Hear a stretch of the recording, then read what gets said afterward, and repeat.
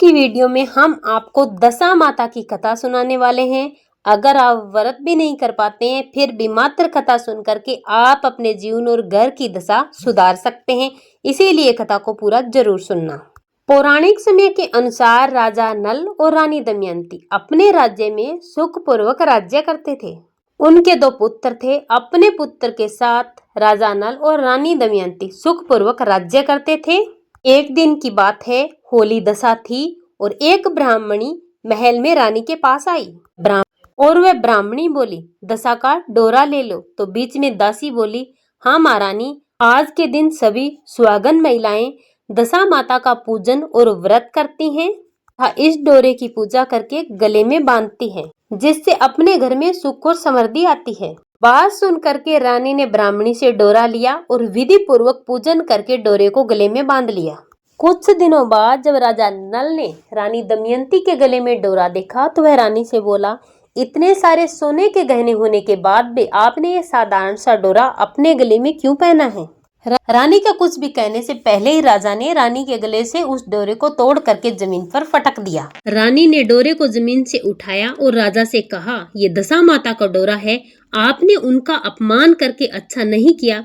दशा माता का अपमान होने से जीवन और घर की दोनों दशाएं बिगड़ जाती है। जब रात्रि में राजा सो रहे थे तो राजमाता सौपन में बुढ़िया के रूप में आई और राजा से कहा, हे राजन, तुम्हारी अच्छी दशा जा रही है और बुरी दशा आ रही है। तुमने मेरा अपमान करके अच्छा नहीं किया। ऐसा कहकर बुढ़ी माँ अंतर्ध्यान हो गई। बुढ़ी माता कोई और नहीं, दशा माता थी।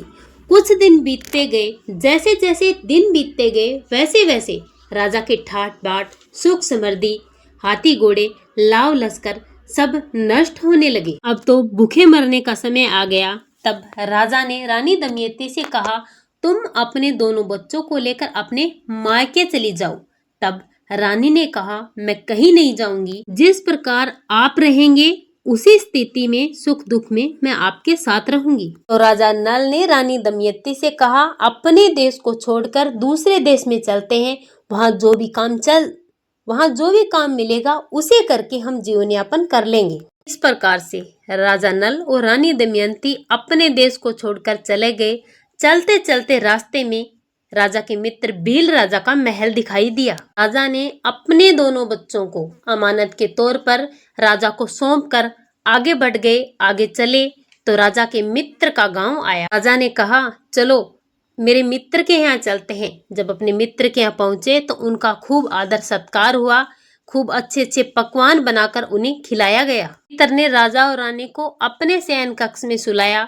वहीं पर मोर की तस्वीर पर टंगी हुई एक खूंटी पर रानी का हीरो जड़ा हुआ नौलखा हार टंगा हुआ था। मध्य रात्रि में जब रानी की नींद खुली तो रानी ने देखा कि वे बेजान खूंटी हार को निगल रही है। उसी समय रानी ने राजा को जगाया और दिखाया तो राजा बोले कि ये सब क्या हो रहा है? सुबह उठकर अगर मित्र ने पूछा तो हम क्या जवाब देंगे, इसलिए सुबह होने से पहले हमें यहाँ से चलना चाहिए। राजा और रानी रात्रि में ही वहाँ से चल दिए। सुबह उठकर जब मित्र की पत्नी ने हार देखा तो हार वहाँ पर नहीं था। उसने अपने पति से कहा कि तुम्हारा ये राजा मित्र कैसा है जो मेरा हार चुराकर रात्रि में ही चला गया। मित्र ने अपनी पत्नी को समझाया कि मेरा मित्र ऐसा नहीं है, कृपया धीरज रखो और मेरे मित्र पर ऐसा इल्जाम मत लगाओ। आगे चले तो राजा की बहन का गांव आया। राजा ने बहन को खबर पहुंचाई कि मेरी बहन से कह दो तुम्हारा भाई आया है। बहन ने खबर देने वाले से पूछा कि वे कैसे आए हैं। तो खबर देने वाले ने बताया कि वे पैदल आए हैं, बहुत दुखी हैं और उनका बुरा हाल है। इतना सुनकर बहन अपने भैया और भाभी से मिलने के लिए आई। थाली में कांदा और रोटी रखकर लाई। भाई ने तो खा लिया, लेकिन भाभी ने वहीं पर जमीन में गड्ढा खोद कर अपने हिस्से का गाड़ दिया। वहां से आगे चले तो एक नदी आई। नदी में से राजा ने रानी को मछलियां निकाल कर दी और बोला, तुम इन मछलियों को भूनो, मैं गांव में से परोस लेकर आता हूँ।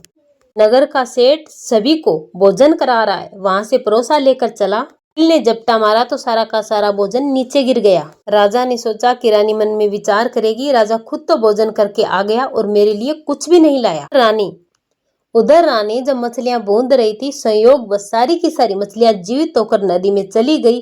रानी दुखी हुई, मन ही मन विचार किया कि राजा सोचेंगे रानी मछलियों को अकेली ही बनाकर खा गई। राजा आया तो देखकर मन ही मन समझ गया और वहां से आगे चलती है। चलते चलते रानी का गांव आया।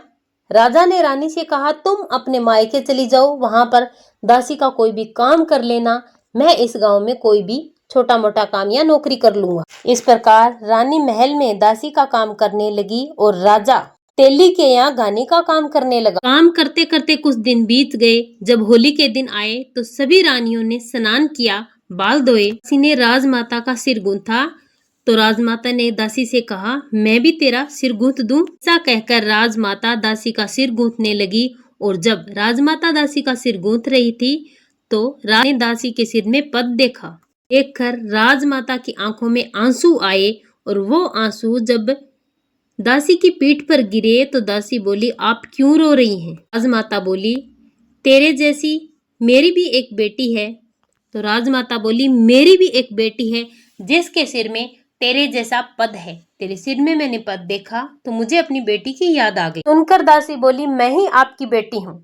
दशा माता के प्रकोप से हमारे बुरे दिन चल रहे हैं, बुरी दशा चल रही है।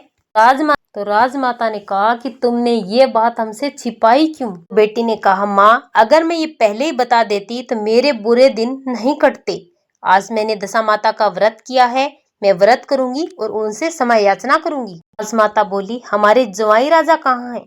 तो रानी बोली, वे इसी नगर में, इसी गांव में किसी तेली के यहाँ काम कर रहे हैं। जो गांव में कराई गई, जवाई राजा को महल में लाया गया, उन्हें स्नान कराया गया, अच्छे वस्त्र पहनाए गए, अच्छे अच्छे पकवान बनाकर भोजन कराया। दशा माता की कृपा से राजा नल और रानी दमयंती की दशा सुधर गई। उनके अच्छे दिन आए।